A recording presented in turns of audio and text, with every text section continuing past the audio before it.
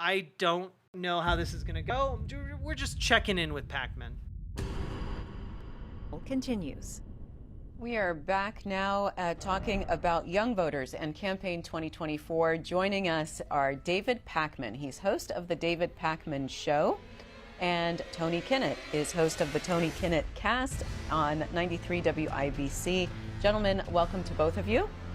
Good morning. Thank you.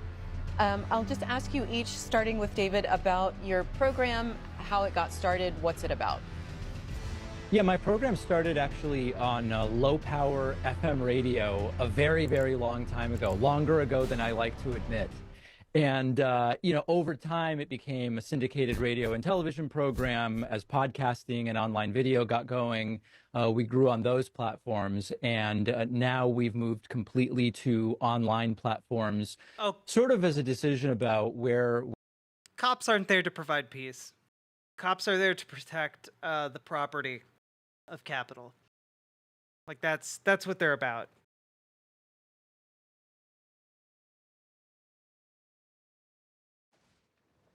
Where the audience is. And so YouTube's a big platform, 2.2 million subscribers there, and we've got an audio podcast, and it's a progressive political commentary show. And Tony, what about you? Well, the Tony Kinnett Cast started out with my guest hosting for Abdul Shabazz in Indianapolis on a weekend kind of show situation. And they didn't hate me, so they ended up bringing me on for a weeknightly show, which is what I do now. We also push that online on Twitter, X, and YouTube because, as David said, with the online explosion. What the fuck are you talking about? Cops respond to stuff in rich areas a lot faster than they respond to stuff in poor areas. That's what I mean. Cops aren't there to be your friend. They're there to protect the rich elements of the community that they view as valuable.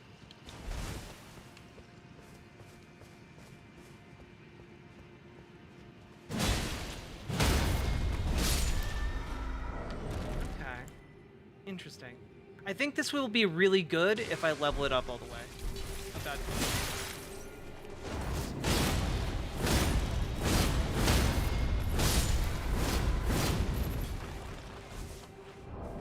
It is cool, though. I like it a lot.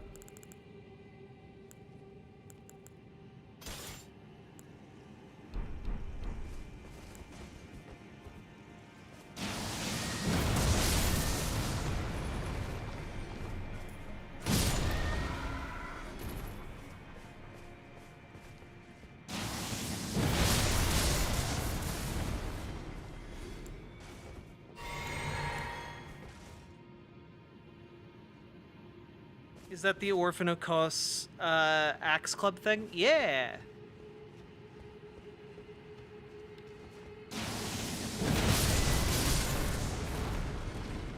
Just kind of gauging its strength. But it's not fully upgraded yet.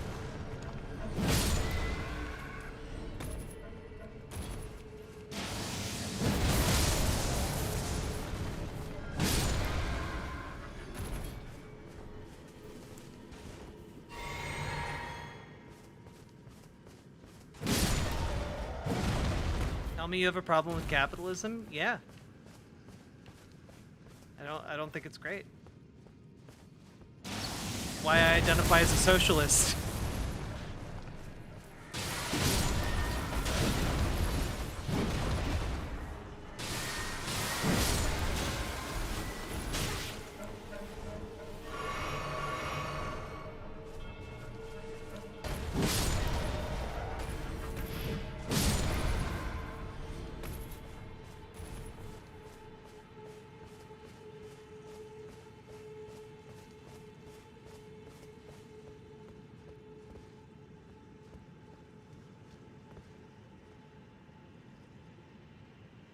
Hey guys, chill. The only question was how I view cops, and I feel like I was pretty succinct. Hey, what's up here? I think I've been up here.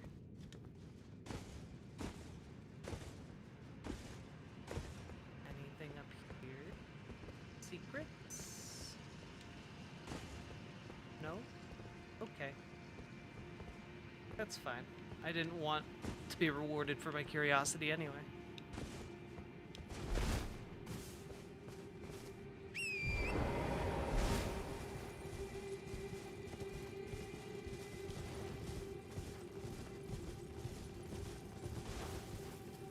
explosion of content provision, whether that's through podcasting or live streaming.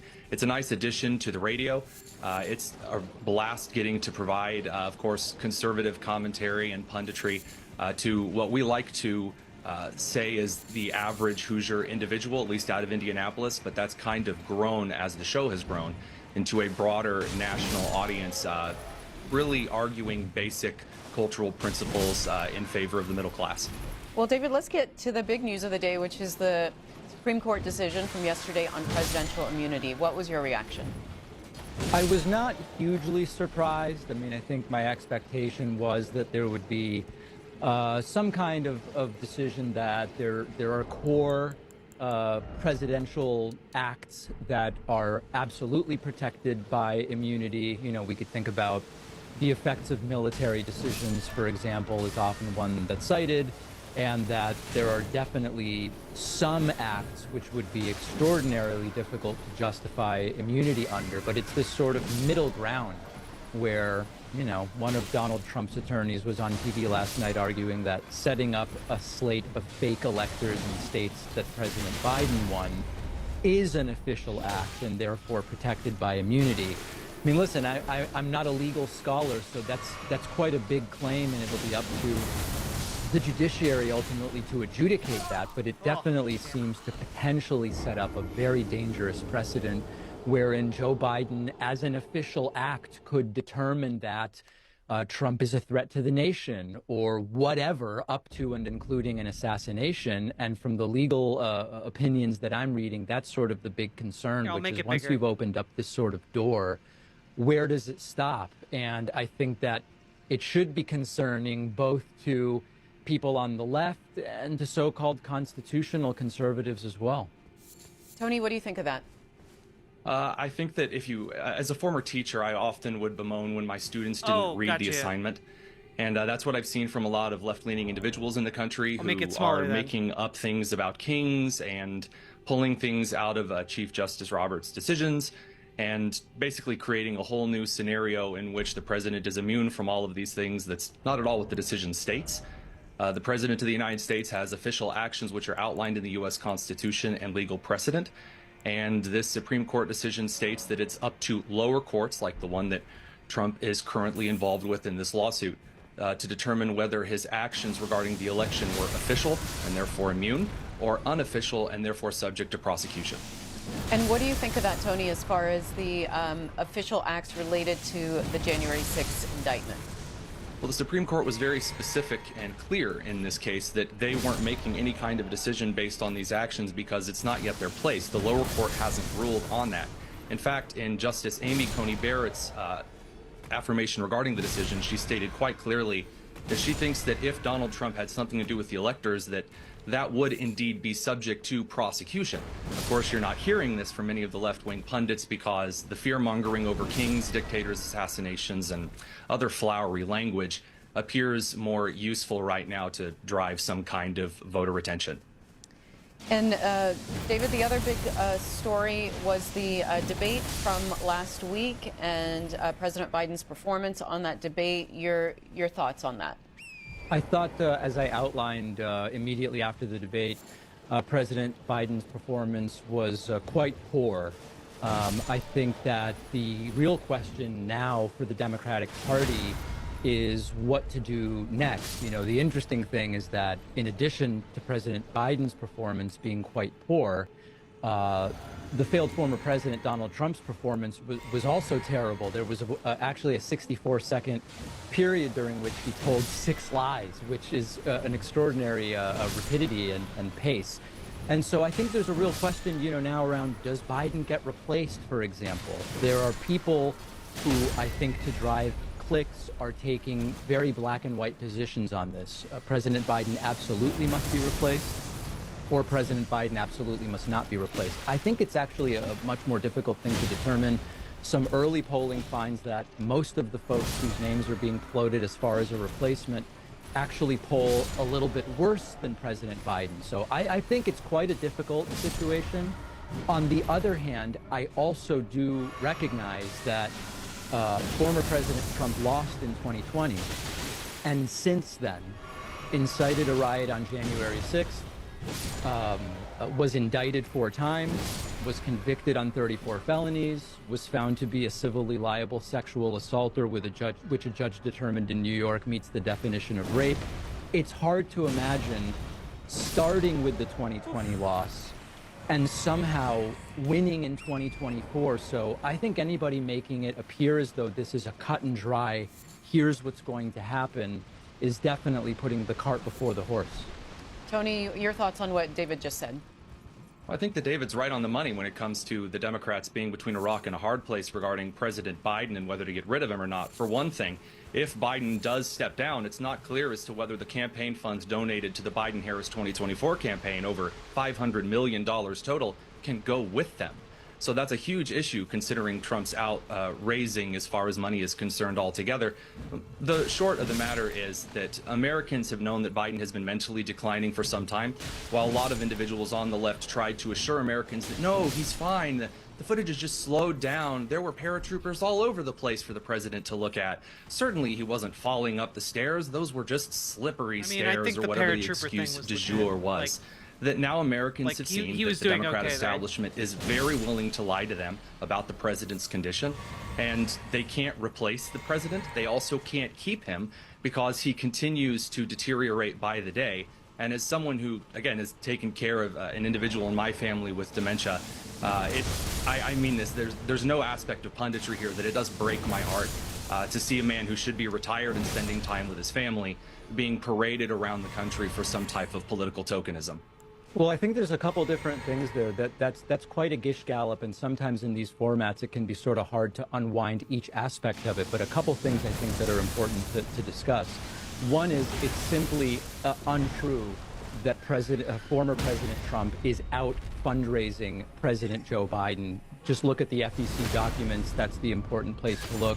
Between 50 and 100% more fundraising from the Biden campaign than from Trump. That's just FEC. The audience can look at it on their own. In May alone. I think the second important thing to talk about is when it comes to fitness, the post-debate poll from ABC on this issue found that 72% of Americans believe Biden's not fit to serve, and 54% believe Trump's not fit to serve. So I think that, again, there's a much more, if we want to do talking points and sort of, grenade launching political discussion, we can certainly do it. I'm hoping that in this format, we can talk a little more seriously, and we have to acknowledge that the difference in the percentage of people who believe Biden and Trump are unfit to serve is relatively slim. And I'm sure my counterpart has seen videos of Donald Trump getting completely wrong who is president, who he ran against, who ran in 2008, who you guys ran saw in that, 2012. right? It just flew into the cliffside. The name of the person in charge of Capitol Security on January 6th, looking around for Rudy Giuliani when Rudy's right across from him, wandering away and having to be brought back to his car. So the numbers really show it, 54-72. It is a difference, but I don't think that really tells the story of what will happen in November. It would be dishonest to suggest that. Pakman's doing good here. Tony, you wanted to respond. Go ahead. Thank you. I do find it a little concerning that after describing that the President of the United States, who many Americans observed falling apart on national television for the umpteenth time this year, that immediately the response is, but Trump. Regardless That's not the response. Well, you brought up Trump immediately regarding his decision. I'm talking about perhaps Vice President Kamala Harris. Regardless of politics or policy positions, the President of the United States is currently deteriorating in office. Regardless what you think about Trump or what you think about RFK Jr. or Kamala or whoever Trump chooses as his VP. I didn't mention any of those. I think you mean Mamala. David, let him finish. Go ahead, Don't Tony. dishonor the Mamala of the country. The clear point in this situation is that I've seen Donald Trump in the last couple of months do several 2-3 hour rallies without once looking at a teleprompter, going off on several different tangents, of course. But the President of the United States in his current situation can't even get through reading a teleprompter at a rally without tripping over himself like Donkey Kong walking over banana peels. It's quite insipid to think otherwise. Okay, wait. Yeah. And if you wait a minute, but Donkey Kong would be really well suited for walking over banana peels. Okay, like ridiculously so. Like why are you pulling Donkey Kong? Donkey Kong of all the creatures would be like the most used to banana peels being like a natural impediment to his motion. So like Donkey Kong knows a thing or two about bananas. That's all I'm saying. He knows his way around a banana. Unlike, say, I don't know, like an Italian plumber from Queens. Okay? Or from Brooklyn, sorry. Who would What like, rally? hold on, David. Can you just Hold- tell hold me on, one David. 3-hour rally? I'm that glad, Trump did? thank Where you. did he do a 3-hour rally? Trump's done 3-hour rallies in Allison, Michigan. I actually attended in person just north of Detroit earlier this year. And if you would like That is to absolutely join, not the case. if you'd like to join our conversation with our guests, Tony Kinnett and David Pakman, you can do so. Our lines are Democrats, 202-748-8000, Republicans, 202-748-8001, and Independents, 202-748-8002. We also have a line set aside for voters under 35. So if you are under 35, we'd love to hear from you. That number is If you're under 35, for the love of God, 202-748-8003. please You can call also use in. that same line. Please to call in, text for the us. love of God. Tony, there's a Harvard did a youth poll in the spring, and one of the findings they found was for young voters was that there was broad support for a permanent ceasefire in the Israel-Hamas war. Where are you on that? What are your thoughts on how Republicans can appeal to those young voters? Well, the core issue with a lot of foreign policy situations regarding youth voters would probably boil down to two specific facets. One being that there are not a lot of specific details regarding the conditions of a ceasefire, regarding hostage release, American hostages, etc., as well as a lot of the places that those polls were taken, university settings in which students, many on the left, have strange pro-Hamas and pro-Palestine sentiments. It's not surprising. People do tend to grow a little more conservative. So such strange pro-Hamas sentiment, you know, like not wanting civilians to be slaughtered. So weird. So alien a concept to treat them as human beings in a non-apartheid state. What a weird desire.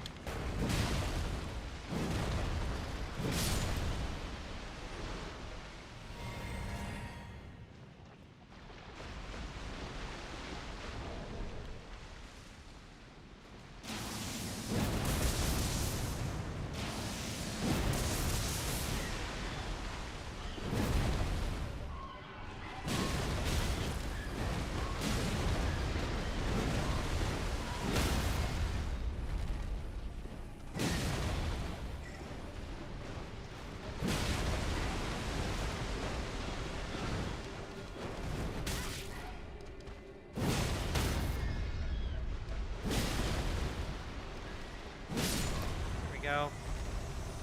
God, the thing is just so large. It's scary. These birds will never stop being scary. As they grow older, and that is especially shown by the, let's say, the increase of information that comes from actually taking a look at foreign policy situations around the world, and perhaps not something that you've seen from viral progressive video on TikTok. David, your response on the specifically on foreign policy and the Israel-Hamas war.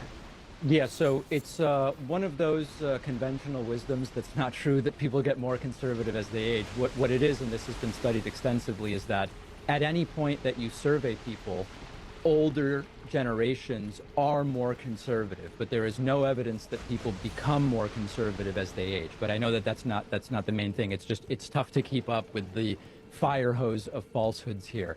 As far as the a foreign policy issue, Israel, Gaza, etc., there's a very good poll, actually a couple polls, which find that foreign policy in general, or specifically Israel, Gaza, rank between 10th and 15th, or not even at all, in terms of order of importance, even for voters 18 to 29. So I recognize that it is an issue that generates very strong feelings for many people, including young voters. I struggle to find the data that suggests it's going to be a dispositive issue in this election, particularly given... I do think that this is where Pakman is the most wrong. You know, like, he's like, yeah, I can't see how this could be an issue. I don't know. I think it's going to depress a lot of voter turnout. I think I think it is a very huge issue. And maybe I have a skewed view of things because I spent my time organizing, like, socialist lefties like myself. But, like, they don't want to turn out for Joe. They don't like him. They don't like him. Snuggle Kitten, congratulations! What the voters are saying about the importance of the economy and education and the border and so many other issues. So, Oh yeah, worshipper of Olympians, I'm not saying that we don't need some kind of law-keeping force. What I am saying is that American policing is deeply, fundamentally flawed. And that is an answer you'll get from most Americans.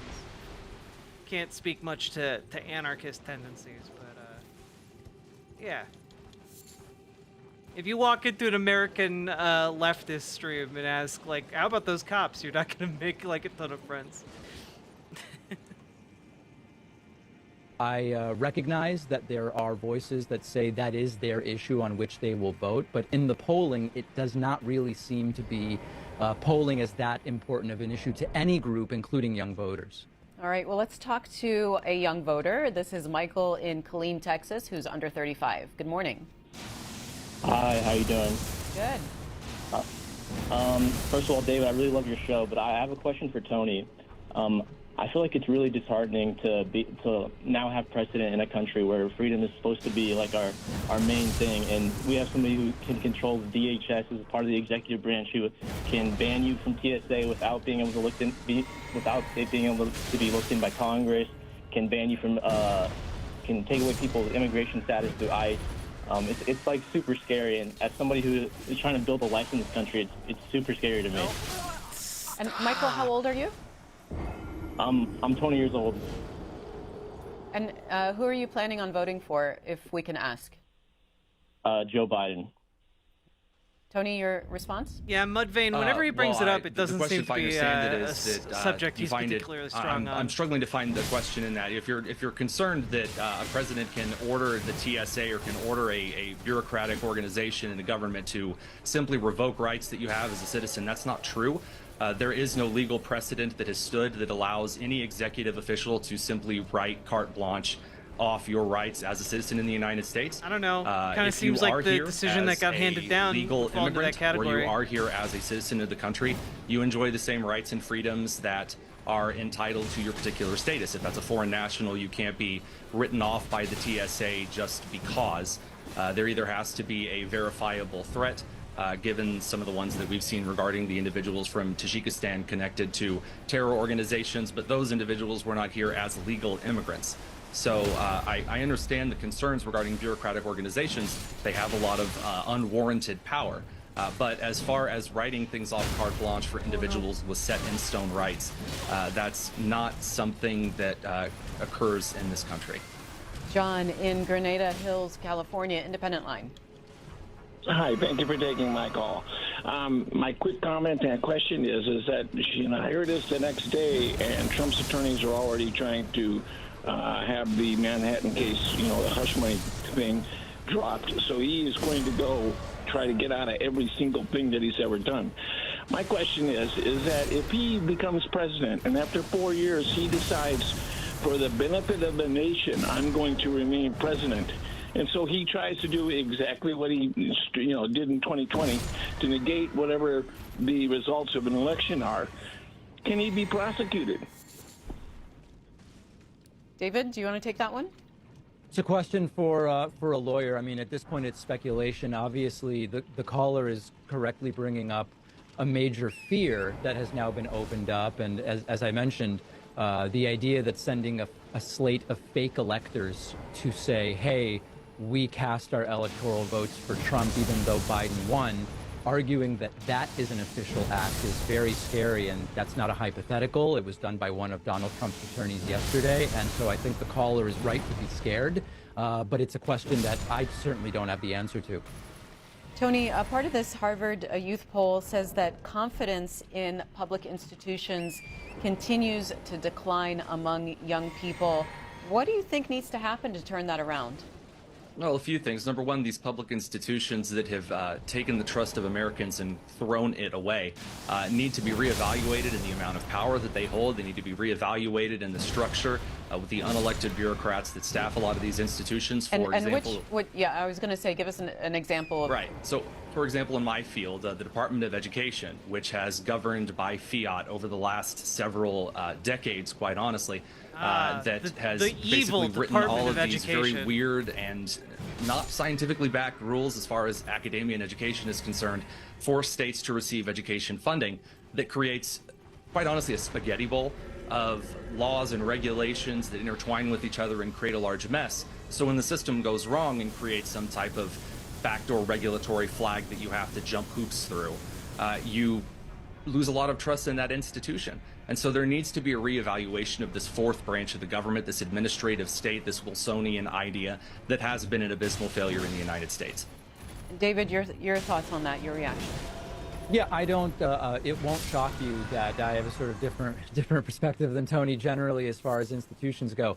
I think that if we zoom way out, and I know that this is not the sexiest conversation, if we zoom way out at a very basic level, the larger society gets, the more we need to some degree, have institutions and institutions to which we can delegate some authority. And unfortunately, if you don't have that, what you have is a non-functional society. And so my preference would be that we actually properly fund our institutions with the right amount of oversight. I mean, I'm the last person to say, hey, take some money, go do whatever, and let's talk to you in 15 or 20 years.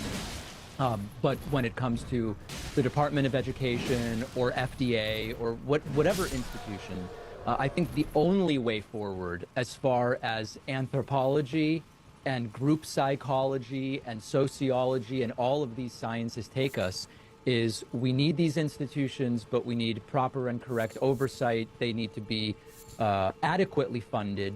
And that's really the starting point for what are the most successful countries and ways of organizing ourselves. I know it's very top level, but I think starting from a point of taking away power for the sake of taking it, or defunding for the sake of defunding, or, you know, Rick Perry just listing off departments famously and forgetting which ones that they were that he wanted to eliminate. I think it's backwards. And I think the global successes, the countries with the best business environments and the highest standards of living, show us that that's the right approach, not this, let's start closing down departments, to some degree the way Project 2025 wants to do.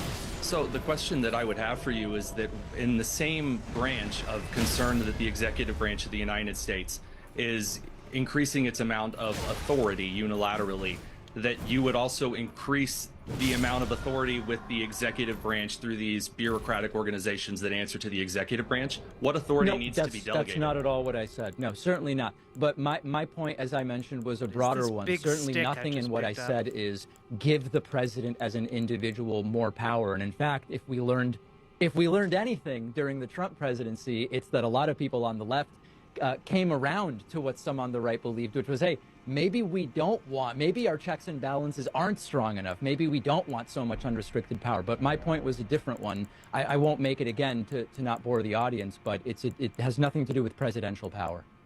Who appoints the bureaucratic heads of those organizations?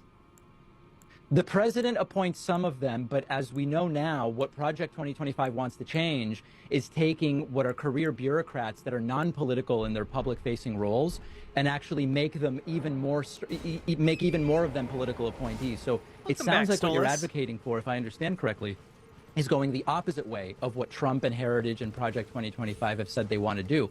If I understand correctly, I'm sure you denounce Project 2025 on that basis, right?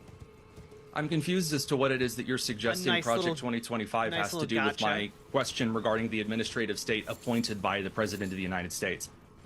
I'm confused as to why you don't think that taking the institutions that we have, which you say are already too politicized, and saying let's replace the career bureaucrats with overtly political actors, how that gets us any closer to the scenario you're drawing up. I didn't say replace bureaucrats with different bureaucrats. I said reduce the number of bureaucrats. I don't know where you're getting like that I'm throwing down the Uno wild card and just changing the color of the bureaucrats. That's not it at all. Reverse Uno. I suggested that the administrative state, the Bismarckian progressivism that failed in Germany, is failing in the United States. And that by suggesting that the sciences are necessary, that anthropologically, psychologically, sociologically, that as society grows, we need to delegate authority is very, very weird and strangely 20th century dystopian. All right, guys, we're going to go back to the calls. Mike is in Old Township, New Jersey, Democrat. Hi, Mike. Hello, good morning, C-SPAN. How are you? First of all, kudos to C-SPAN and to the two guests. This is when C-SPAN is at its best. When you have two people on here arguing two different points. That's nice. Bringing up good points on both sides, and just, it's great job, C-SPAN. Great job. Good job, C-SPAN. I guess towards Tony is one of them is I do agree that Democrats are overreacting with a Supreme Court decision. I think that a lot of it is going to be the whole official, How you doing? official acts and not personal acts.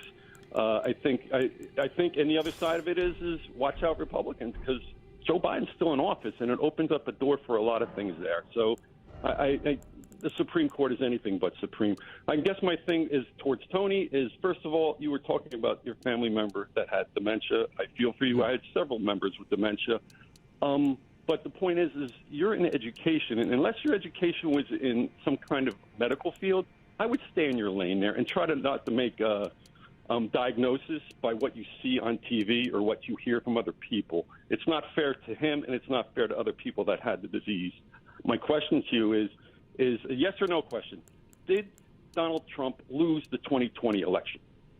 Yes, he lost the 2020 election. I do have a background in biological education and taught anatomy and physiology, as well as several bio-pre-med courses. And as to the dementia, I'm referencing his aides, which have leaked the president's condition in recent week to CNN, Politico, The Washington Post, and other outlets. Tony, are you saying that they have said that he has actually been diagnosed with dementia? I am suggesting that they have said very explicitly that he has showed dementia behavior. Dementia in and of itself can be diagnosed, and it also can be a described behavior. Given the president's availability between 10 and 4, given the president's inability to maintain specific and direct focus, given the president's inability to maintain straight lines, the pupil dilation, things like that, that are common in almost every single case of dementia that we see in public life, both in the public sphere as far as media is concerned with kind of corporate diagnosis. And of course, that's not an official medical diagnosis, but the president of the United States also has refused to take a cognitive test to look into this further. Sloan in Lake City, Florida, Republican. Good morning.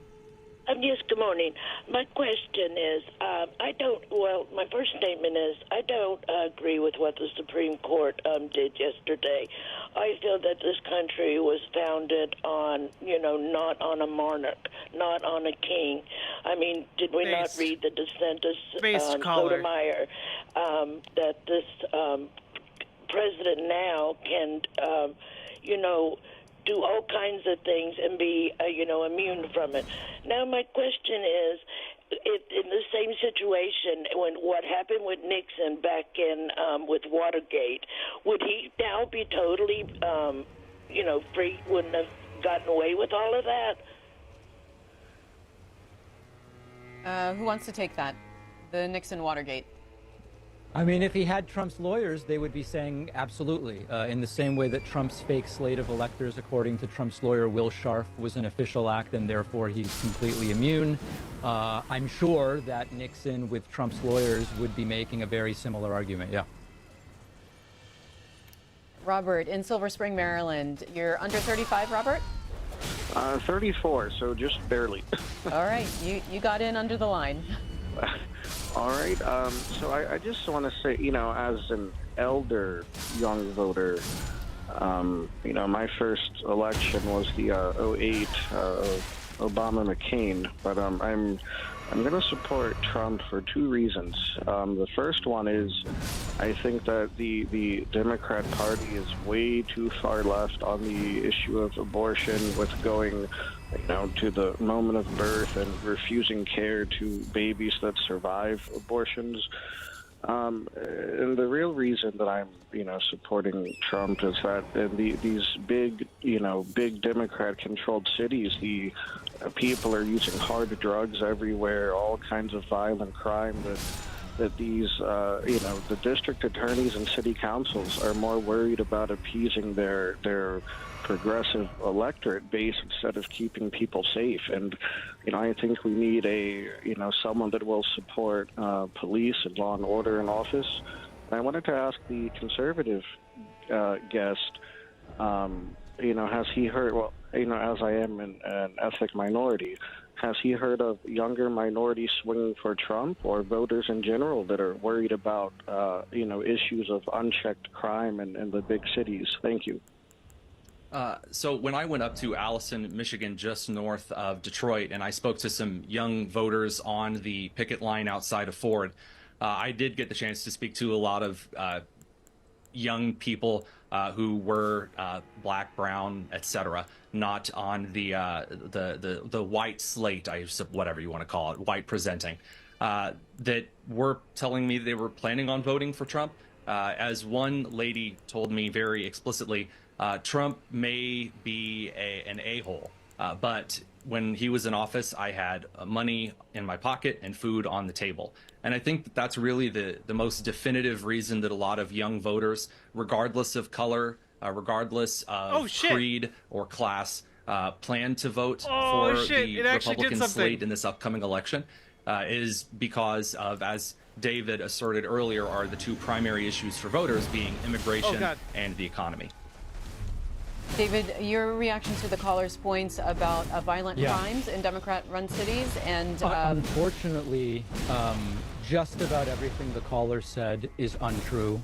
And you can lead a horse to water, but you can't force him to drink. And it's a really good representation of the problem right now, which is we are not even operating with what we could call a set of facts. His comment about abortion and Democrats being too far left.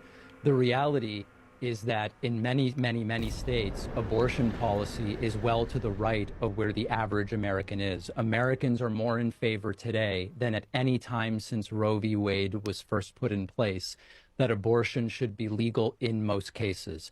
These ideas about post-birth abortions doesn't exist, doesn't happen, complete and total conspiracy theory, widely debunked. They can't cite any evidence of it. With regard to the economy, and this goes not only to what the caller said, but also what the Tony said. Whatever this one person that Tony spoke to who said she had money under Trump, we know that under Joe Biden is when we have seen wage growth exceed inflation for the first time in a very long time. The first time we've seen unemployment sub 4% for this long. When it comes to the issue of law and order, the caller said we need Trump to get us back to law and order.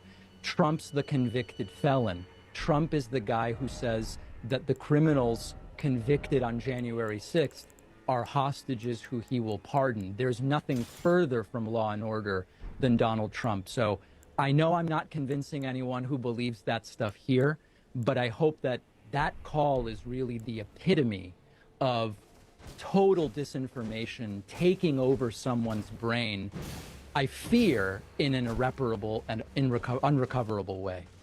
Wow, that is a statement to make. The points he made, by the way, were about inner city crime. And I would be more than happy to host you. We can walk through eastern Indianapolis in the evening, perhaps south side Chicago, San Francisco, blue run cities with a just lovely crime rate. Yeah, would be more than happy to. Oklahoma City's crime rate is higher than all of them. So, we can walk through. Unfortunately, anecdotes tell us very little about policy. If you're planning a vacation, maybe you consider anecdotes. But if you want to talk about policy and the historic reductions in crime, then we can't just say, hey, let's go visit a block of San Francisco together. I agree that we have a homelessness problem in much of the country. We have drug use problems in much of the country. I'm with you, and I want to solve those problems. But this playing coy with let's go walk through East Indianapolis, it doesn't really tell us anything about public policy. All right, let's talk to Shakir, who's under 35 in Newark, New Jersey. Hi, Shakir. Hey, and I love this part of the conversation. I appreciate all our callers. And again, I just want to make sure I send our prayers to our troops home and abroad. I'm actually from a big city metropolitan area, and as a BIPOC person in respect to crime in big cities, we are worried about the militarized police states which corrupt politicians, as well as the criminalization of homelessness and substance abuse, but also car theft. This dog I really is wanted to speak to absolutely David. wrecking my I shit. just wanted to know if there's some way you can get to the president, talk to him about, the Republicans are really the reason that the exacerbated border situation is. You remember, as soon as Joe Biden became president, they were all on Fox talking about the border's open, come on in. The border's open, come on in. If you could just play those videos, if you just get those tapes and give them to Joe and tell him these are the same people who complained about an issue but exacerbated it, because they know Fox Hey, is know me, a little bit Sunrider. of everywhere. And people were seeing those videos and they were encouraged to come because the Republicans were saying it's open, the border's open. So I just wanted you to make that point, because I think that a lot of people forget that. That's exactly what they were doing every night, beating the same drum. And it's really despicable. Also, the fact that they were able to just send those migrants all over the states, it was very disconcerting. And so, please, thank you. That was a nice color. I like Yeah, that. I have no access to the president, so that's going to be a difficult message for me to Are you send him. fat Maybe rolling? Tony Yeah. could help with that if he has some access. But I think it's absolutely the case that the entire immigration story is an example of here's the stated principle from the modern Republican Party, but then there's the political reality of it. And when Republicans were to put forward a package that would deal with the lion's share of the problems they identified or claimed to have identified at the border, Trump said kill it because he doesn't actually want it solved now. He wants it to remain a problem so he can run on it and then claim to solve it if and when he becomes president. So I don't even think there's that much to discuss on it. I'm sure Tony will agree that that was a bill that was killed for political reasons and because Trump wanted to keep it as a campaign issue. And we know that actually solving the problem is not the most important thing to them. It's having stuff to run on and keeping it as a problem. Tony, your reaction.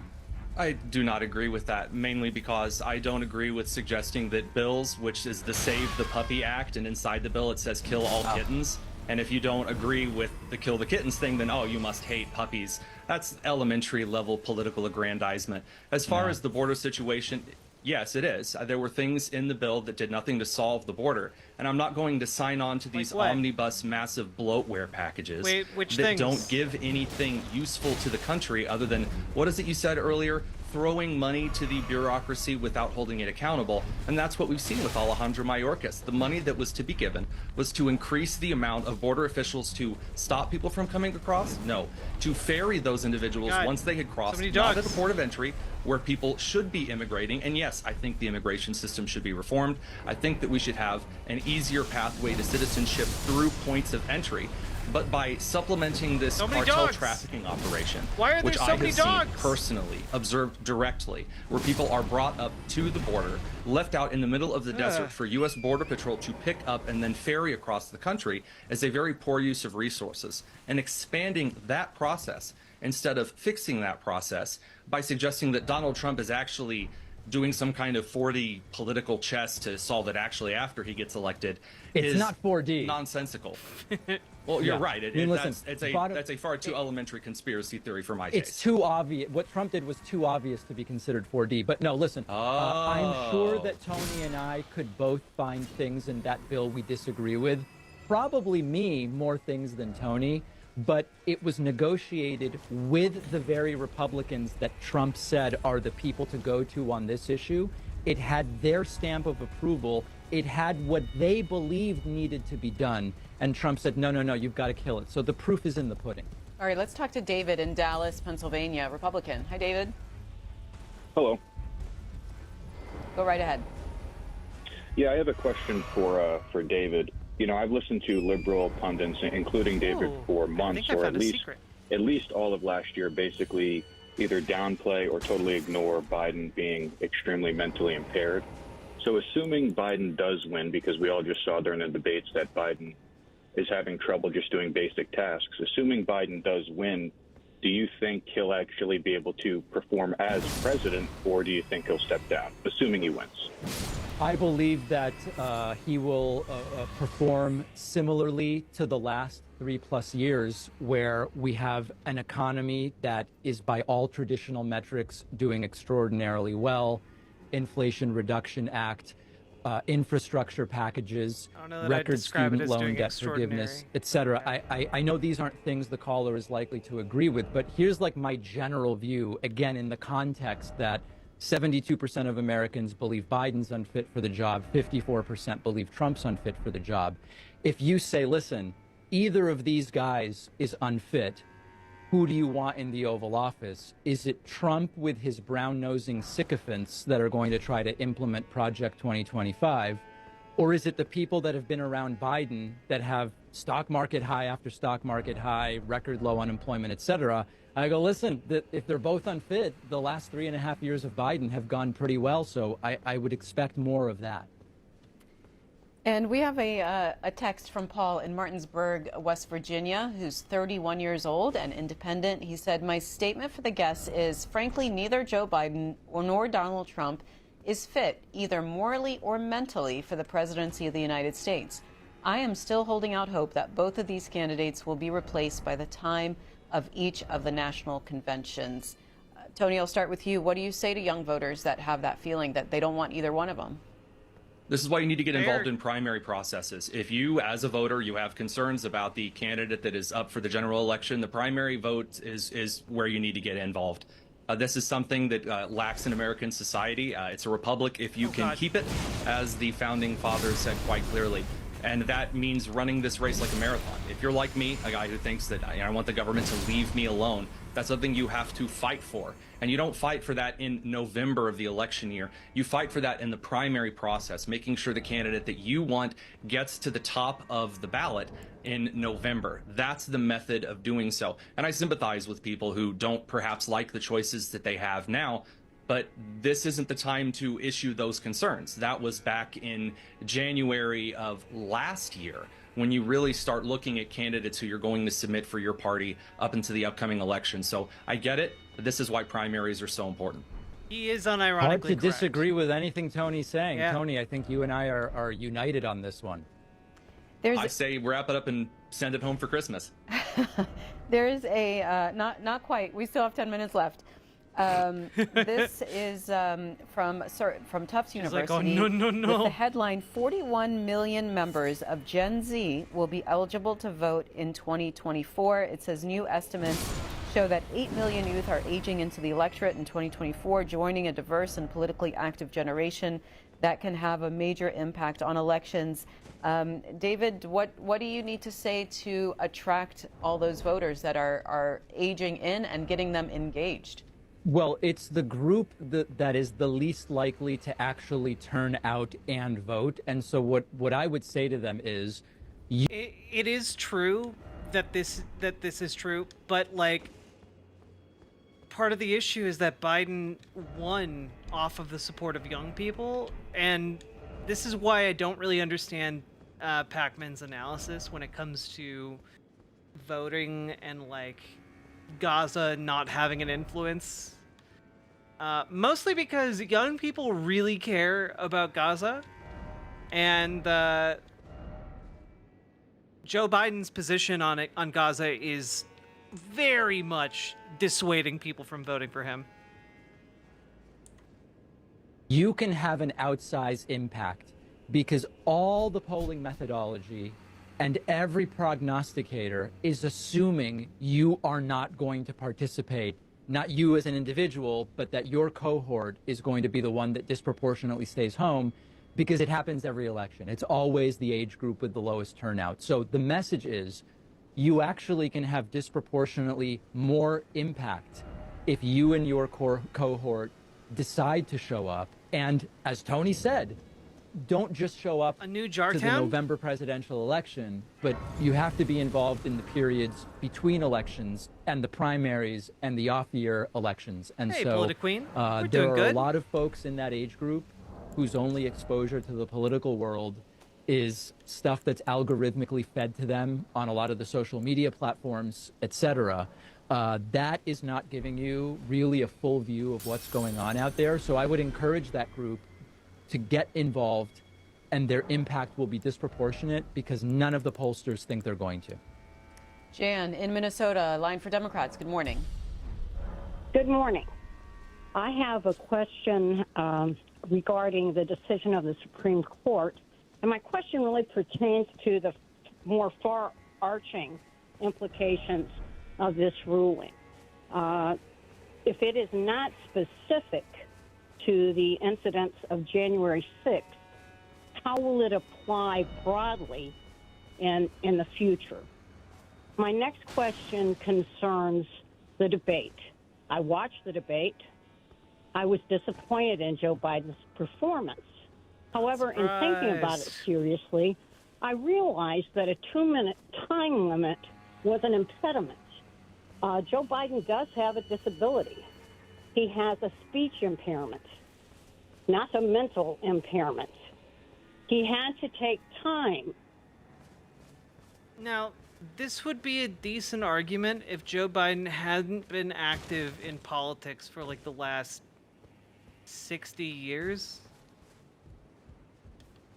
Like, it's not like his speech impediment is an unknown quality that they just couldn't have seen coming. You know, like, they negotiated the terms of this debate.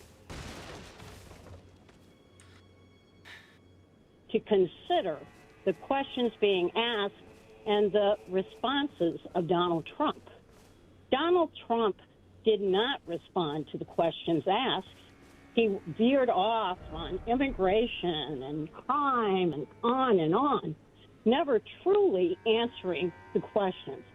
I think Joe Biden struggled because he was trying to remember, as any good debater would, the statistics he had to repel what was being stated. In other words, this percentage of people did this. This is the number of crimes that happened. This is the number of immigrants that came. Now, I think that was the reason, really, for his lapse. He was tired, and he tried to actually have a debate with someone who was not debating, who was basically Neither of them were debating. That didn't even relate to the question. No. All right, Jan, let's get a response. Tony, do you want to take that? Yeah, absolutely. So regarding the question about the Supreme Court's decision, if something is unclear, as the decision explicitly states, it goes to the lower courts. The decision of the Supreme Court stated very clearly that official actions are presumed, there is a presumed immunity, presumptive immunity, and then if the actions are unofficial, they can be prosecuted. And the decision as to whether those actions are or aren't official go to the lower courts every time. So for the future, that's a lower court decision.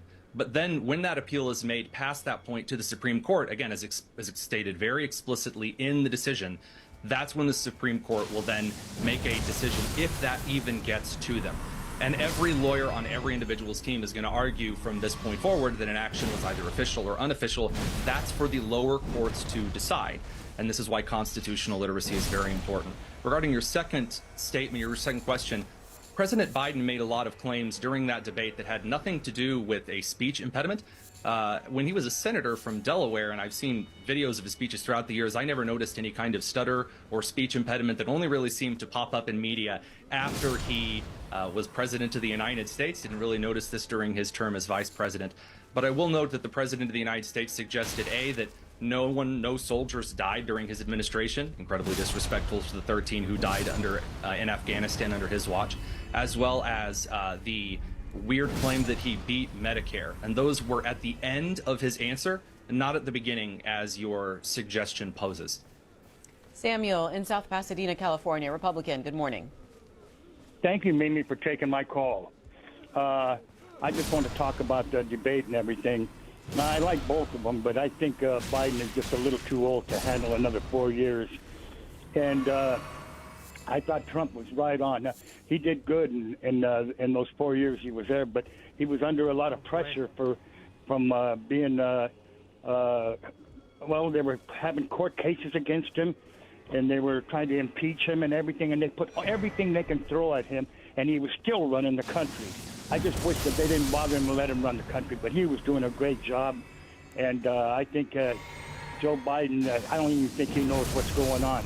But opening that border and letting all these people through and then happen to pay them and then beating up police officers in New York and killing those girls that died and everything. I mean, that's I wish Joe this guy Biden's would've did policy. something. He loves beating up he people didn't have in New to York. let all those people in this country. I mean, what the hell? And he wasn't even making the move. The far left Democrats, they're the ones that did it, and they put that information to This his guy's head an and everything. all-timer. I don't even think he knows what's going on. But anyways, all right. I just hope he started out we'll get a response, relatively Samuel. reasonable. David, do you want to take insane. that? That's a really tough one to handle for a number of reasons that'll be evident, I think, to the majority of the audience. But what I would say is, which far-left Democrats put which information to whose head, just to pick up on the last thing the caller said. Okay. And William in Jackson, Mississippi, independent line. Oh, the caller's gone. Sorry. Yeah, the caller's gone. Go ahead, William. Thank you for taking my call. I want to ask Tony a question at the end of my rant. Okay, first of all, my grandmother, my great-grandmother, my father, and 2 aunts I've been around with dementia. Joe is in pretty good shape. I didn't see what the other people seen.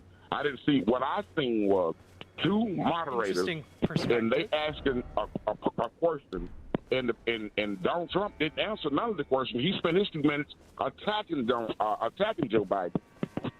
And its optics is everything. They show him the optics. Joe was looking at them like, y'all gonna allow him to do this?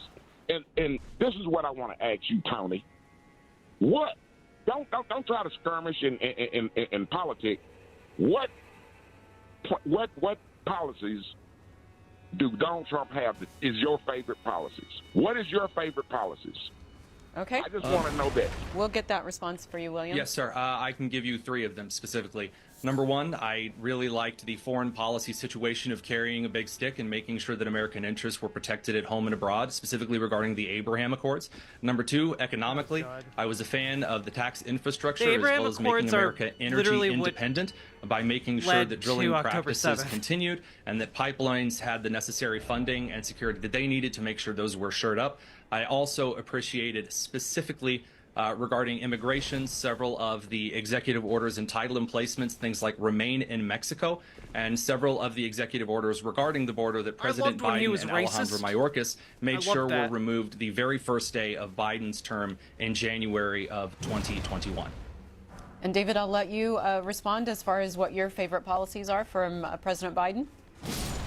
Well, I have to go back to what Tony said there. The Abraham Accords were Trump injecting Jared Kushner into the middle of negotiations that were already ongoing, which didn't fundamentally impact the Israeli-Palestinian conflict, which Trump said Jared Kushner would solve by the end of his first term.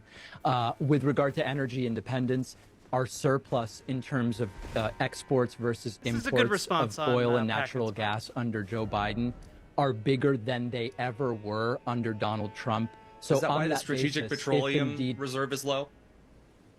No, the Strategic Petroleum Reserve is a drop in the bucket compared to the total difference in exports versus imports on oil.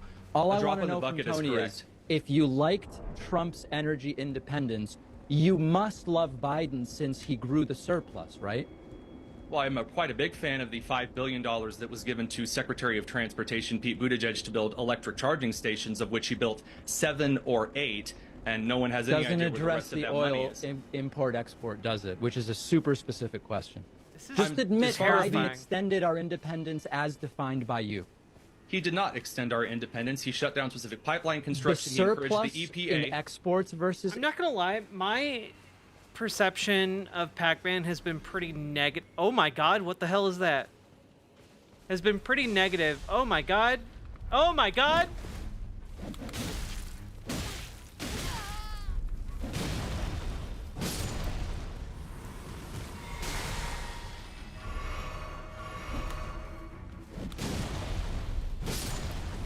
Oh God, they're so quiet and creepy.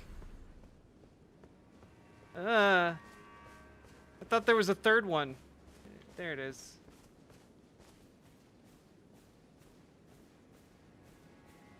Now die!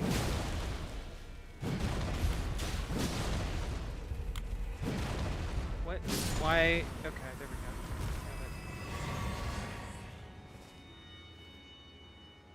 Scorpiones. Imports is directly has affected by grown the under policies Biden. to which I am Tony, citing. you can still dislike the guy, but admit that on that, Biden did more of what you like. That's okay. You're talking about, I'm answering your question. If you're talking about gross export regarding the regulatory increase of price regarding it, that doesn't, just because you're saying the gross increased doesn't mean that that's a good thing. The graph goes up means more gooder is not a political argument. When we're talking about the policies, the cost of services, and the availability of resources, those things matter in a fuel and energy economy. So if you're going to talk about blank statistics for Biden, saying the oil went up is not a metric of measuring success. Otherwise, I'm going to start hitting you with interest rates. To Trump. It's the No, metric I you said applied to energy independence, and I was careful to defined phrase it how? that way. Energy independence meaning that the United States was able to provide its own resources specifically in a way that its own citizens could purchase locally sourced energy at a price that was cheaper to them than the current administration. By that very same definition, even acknowledging that it's gobbledygook, Biden has expanded that by the same metric. I know I'm not going to get you to agree. Expanded it by the prices being more expensive? Okay, let's go ahead and talk to another caller. John in Green Valley, Missouri, Republican. Go ahead, John. Okay, first of all, Mr. Pakman, your name is Pakman, and you're playing a game. You must be blind. Biden has let in 9. Nah, 10 out of 10. That's the best. That's the best type of C-SPAN caller. Okay, the kind of C-SPAN caller that's like chomping on the bit on the other end of the phone to try and get like their zinger off that they've been working on for the last 15 minutes. Okay, that was. Your name's Pac-Man, you playing a game. Ha ha! Got him. Hey, next you're gonna be eating some ghosts over here. Hey! Got him. Oh, God. Hey, you might be Pac-Man, but you're not connected all those dots, am I right? Hey! Over 9 million immigrants. I'm done. Once again, they're giving them Social Security, Medicare, and everything, and we've got people living on the streets all around the nation. And gasoline, like the man was just saying a while ago, was $1 something cheaper a gallon, and Trump wanted to keep drilling, like you said, and Biden closed down a lot of the permits to get that gasoline and stuff. And then what the Democrats are doing, they're sending that gasoline that we get in oil to different countries. And I worked at a nursing home for years, and I worked with people who had dementia and all, and the light's on, but nobody's home for Joe Biden. Let's get an answer on the energy, David. I don't know that I heard a question in there. Can you restate what it was? So he talked about gas was cheaper under former President Trump, and he also talked about the border and 9 million people being let in and given Social Security and Medicare. Yeah, undocumented immigrants don't get Social Security and Medicare. They just don't.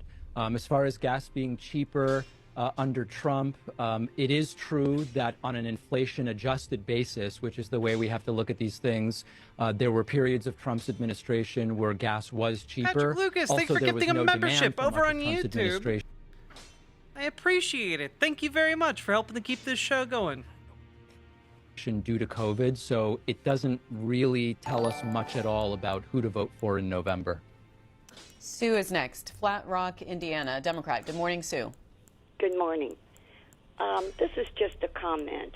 I live in the state of Indiana. I listen to WIBC on the radio. And when I'm listening, Tony, and I close my eyes, it's like watching Fox News. Everything that Fox tells you to do or say, you do it. And that goes for all the disc jockeys on WIBC. This is just for the listeners and the callers that are calling in. This is Indiana. Thank you. And, Tony, you have a good day. Goodbye. We have this text from Esteban in... That was weirdly hostile. That was so... Oh, like the amount of... You have a good day. Like, the amount of malice there was wild. Florida, who says, great guess, David, sir, I am definitely not in your demographics. He says he's 65 plus and don't consider myself a progressive, but I follow you regularly and am a supporter. My hope is that both the guests' appearance here will turn their followers onto C-SPAN, especially younger viewers. Aw. What do you think of that, David? Weirdly wholesome. Well, you know that much like when Trump says they came to me and they said, sir, anything that follows that is absolutely true. So I'm inspired by the caller very, very strongly. And Tony, want to ask you, I want to ask you both, any interest in running for office? What are your thoughts on that? When Greg Pence announced his resignation, there were a few individuals that suggested maybe I would consider a run for Congress or run for the state legislature. And it was appealing for about 5.5 seconds. And the more that I thought about it, the more it grayed my hair. All right. And David, what about you? Yes or no? There was a time a few years ago where they came to me and they said, sir, you should really run for this open seat. And I thought about it for about 5 3/4 seconds, so just slightly longer than Tony. And I said, I don't want them digging through my finances. I don't want any of it. So it was determined to be a no for me. All right. And that's David Pakman. He's host of the David Pakman Show. And Tony Kinnett, host of the Tony Kinnett Cast. Gentlemen, thanks so much for joining us today. Thank you. Thanks for having us. I don't know if you noticed this, but on every interview that we... I gotta say, I think Pakman did pretty well in the debate. Like, he's not my cup of tea. I think he's very well versed and knowledgeable about electoral politics, and in a way that I strive to be, but I find his conclusions to be somewhat dubious.